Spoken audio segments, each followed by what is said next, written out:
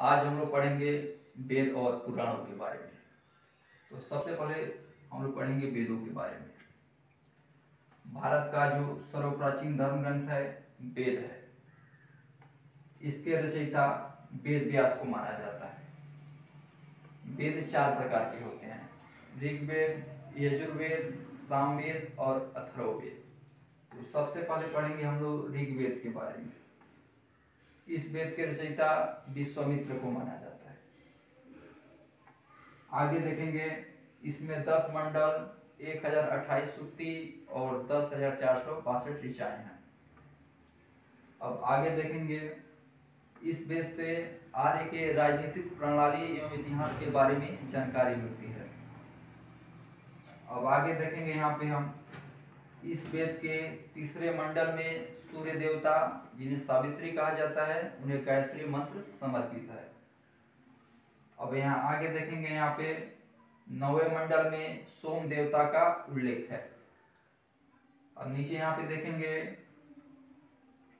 10वें मंडल में पुरुष सूक्त वर्णित है, जिसमें 4 वर्ण आते हैं: ब्राह्मण, क्षत्रिय, वैश्य तथा शूद्र। अब यहाँ आगे देखेंगे, इस वेद में इंद्र के लिए 250 तथा अग्नि के लिए 200 ऋचाओं का क्रमबद्ध है। अब यहाँ देखेंगे हम यजुर्वेद के बारे में। यह एक ऐसा वेद है जो गद और पद वाला वेद है। जैसे गद और पद वाला वेद अगर पूछा जाए एग्जाम में कौन सा वेद है, तो ये यजुर्वेद है। अब यहाँ देखेंगे सामवेद के बारे में। इसे भारतीय संगीत का जनक कहा जाता है। अब यहाँ देखेंगे अथर्ववेद के बारे में।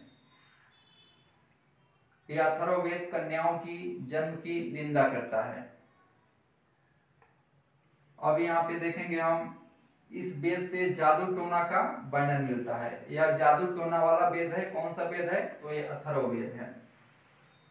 और यहाँ नीचे देखेंगे, सबसे प्राचीन जो वेद है, क्रम के अनुसार सबसे प्राचीन वेद माना जाता है ऋग्वेद को माना जाता है, और सबसे बाद का वेद जो माना जाता है अथर्ववेद को माना जाता है। अब यहाँ एक दिया है वेदांग के बारे में। तो वेदों को भली भांति समझने के लिए 6 वेदांगों की रचना की गई है, जो इस प्रकार हैं: शिक्षा, ज्योतिष, कल्प, व्याकरण, निरुक्त और छंद। अब यहाँ दिया है पुराण। इनकी संख्या 18 है, जिनमें केवल 5 में ही वंशावली पाई जाती है। और जो सबसे प्राचीन पुराण है वो मत्स्य पुराण है। जो कौन सा पुराण है जिसमें वंशावली पाई जाती है, तो ये इस प्रकार है: मत्स्य, वायु, विष्णु, ब्राह्मण एवं भागवत।